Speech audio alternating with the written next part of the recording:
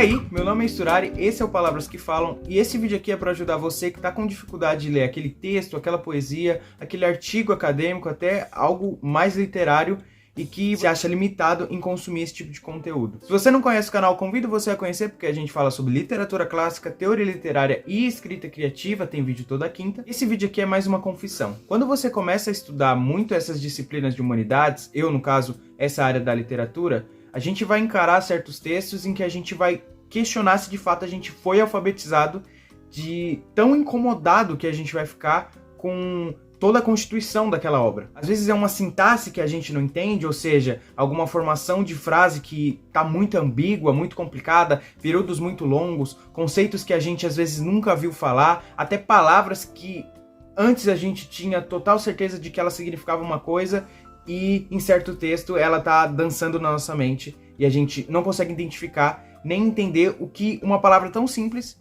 diz pra gente. Porque os escritores, eles são muito arrombados, não tem como falar. Presta atenção que existe um jogo de semântica em muitas palavras que a gente pode confundir a gente. Pode reparar, tem muitas palavras que têm significados que são ambíguos e que eles transitam de significado dependendo do contexto. Você pega a palavra, por exemplo, ignorante.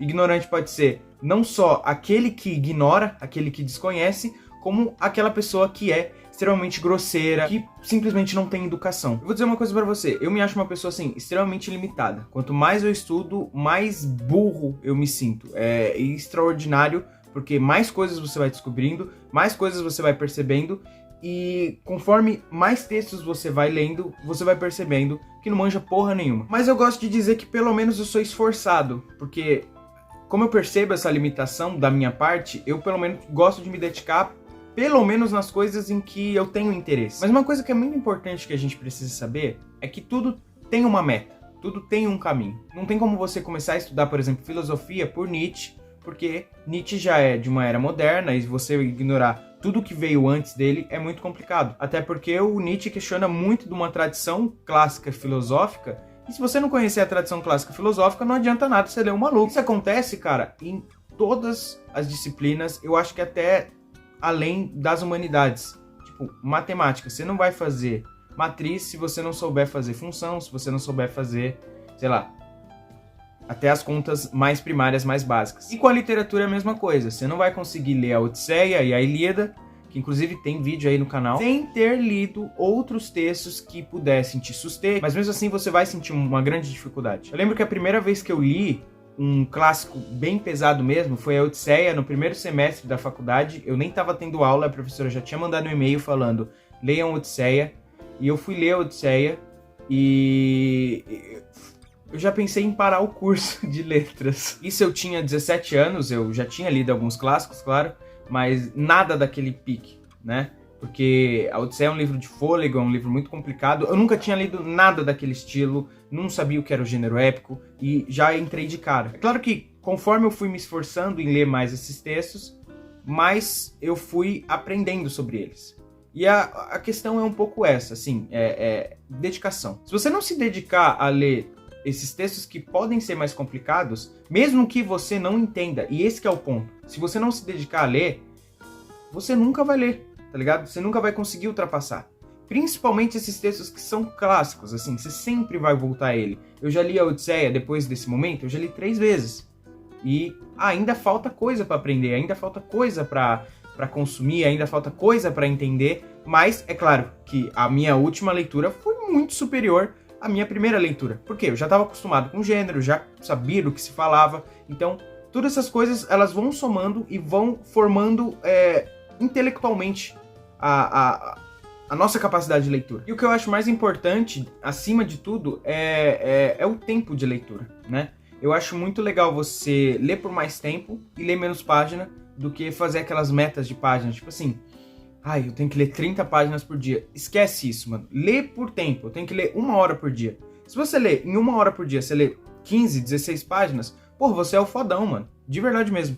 Porque eu não confio numa pessoa que lê em 1 hora 30 páginas, não é possível, eu não entendo. Eu lembro que a primeira vez que eu li a Poética do Aristóteles, eu demorei cerca de 13, 14 horas, e a Poética do Aristóteles tem 30 páginas, né?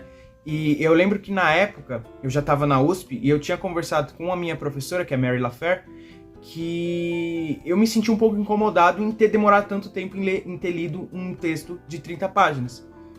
E aí ela olhou pra minha cara, sorriu e falou: Juan, tem gente que demora a vida inteira pra ler esse livro e não entende.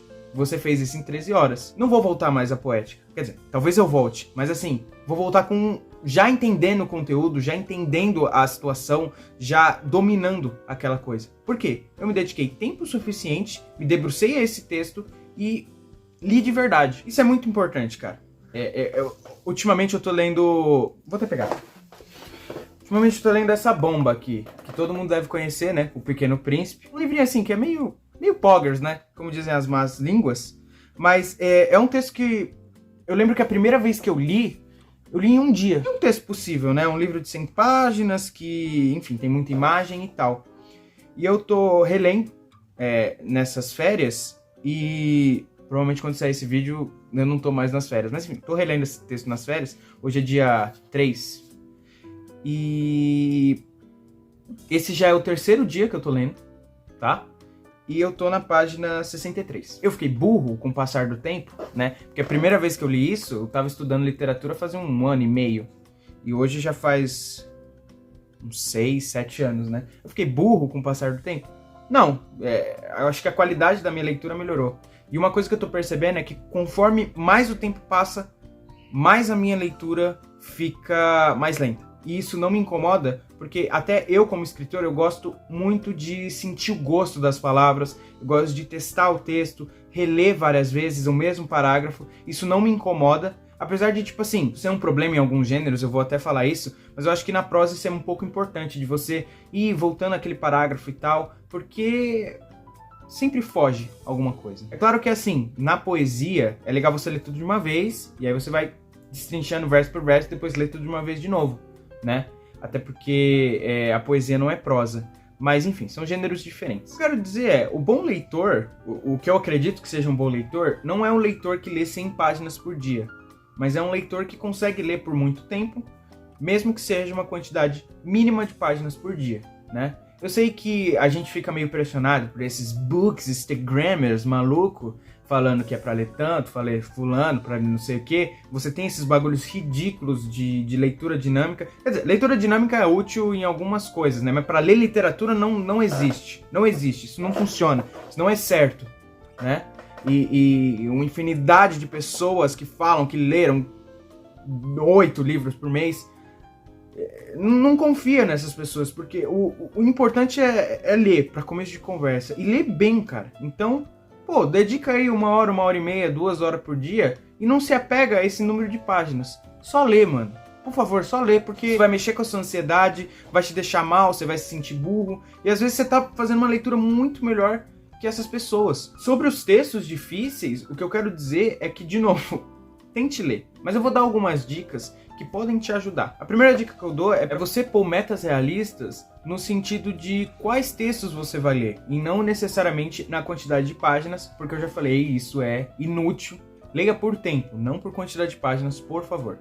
E por que é importante você pensar isso? Se eu começar lendo pela Odisseia, sem nunca ter ouvido falar do que foi a Guerra de Troia, vai ser uma leitura impossível, né? Você não vai conseguir dominar o conteúdo, você não vai entender boa parte das referências, vários deuses, você não vai entender a relação ali entre os personagens, enfim, você vai ter uma série de complicações. Então é muito importante que você tenha em mente que você precisa ler textos mais introdutórios para encarar esses textos mais complicados. Isso funciona a mesma coisa em filosofia. Você não vai ler a Escola de Frankfurt sem ter lido o que veio antes deles. Isso é muito importante. Enfim, outra coisa que é super importante também é você se inscrever nesse canal, deixar o like, porque eu tô trazendo sempre esse tipo de conteúdo que podem sim te ajudar a passar gradualmente dessas suas dificuldades. A segunda dica que eu dou é você ter um interesse pessoal. É legal você escolher temas que pelo menos te gerem interesse, né?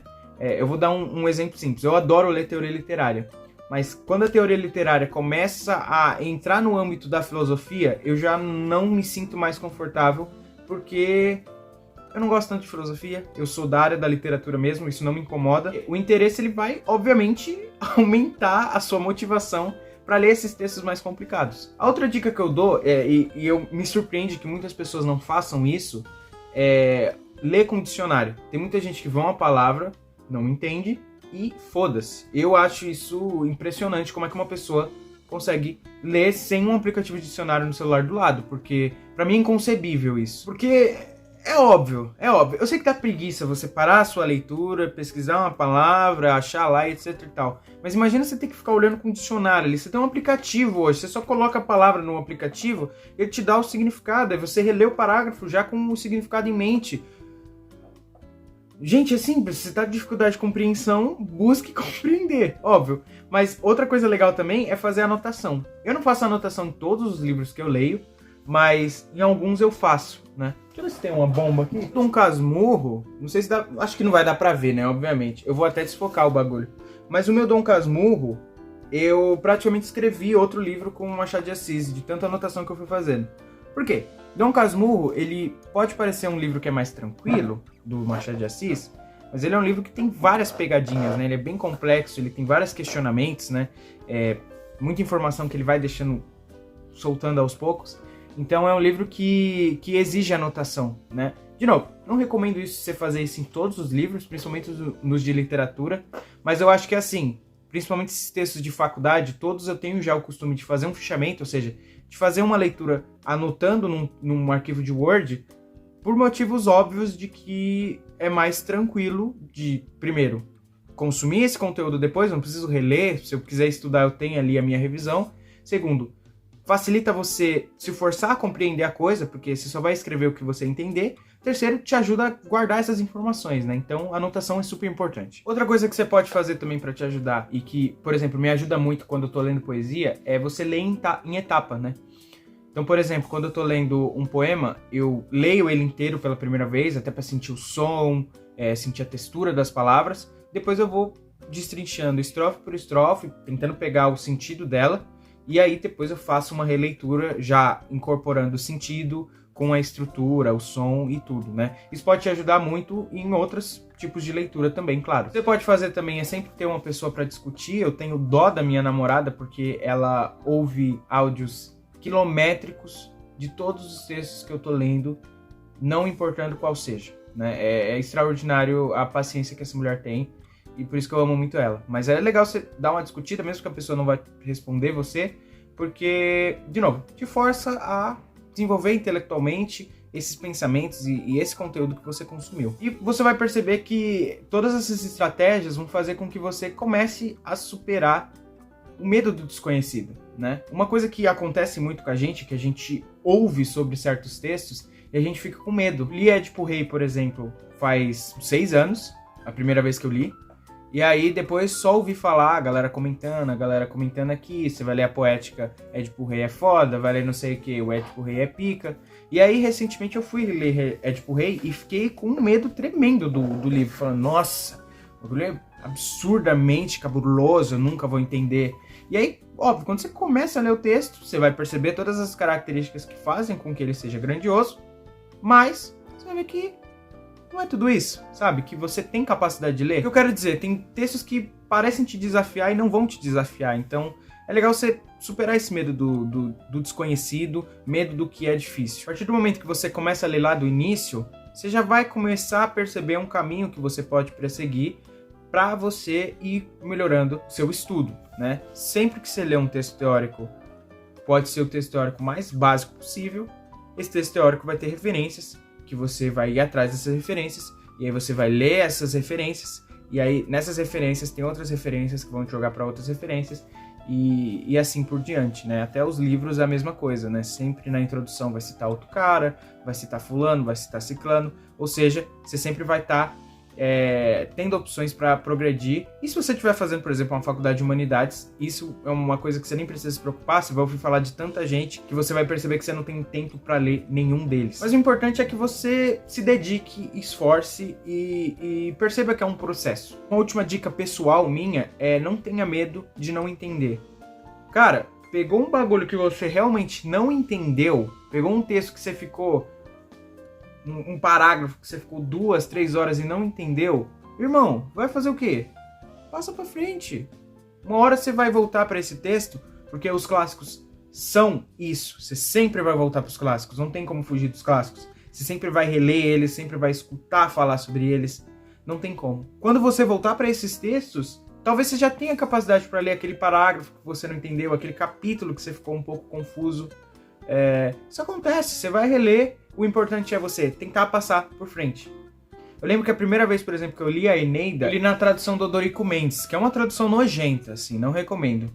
Mas eu li ele inteiro. Não entendi nada, mas eu li inteiro. E depois eu reli, obviamente em outra tradução. Mas enfim, se não fosse talvez aquela primeira leitura em que eu tive a cara de pau de ler sem entender porra nenhuma, talvez eu não tenha, sei lá, lido outros textos que me ajudaram a reler essa obra de novo, né? Tem que ter cara de pau, tem que ter coragem e tem que confiar que provavelmente você não vai entender nada mesmo. Se você tá começando a estudar, provavelmente se você chegou nesse vídeo, você tá com dificuldade, você tem que compreender que nós somos limitados e se a gente não estuda esse tipo de conteúdo, a gente vai continuar limitado. Então é isso, se você gostou do vídeo, deixa o like, se inscreve no canal, também me segue no Instagram, que é onde eu compartilho algumas coisas sobre a minha jornada de estudo, muita coisa referente ao canal também, alguns spoilers, algumas coisas de produção. É isso.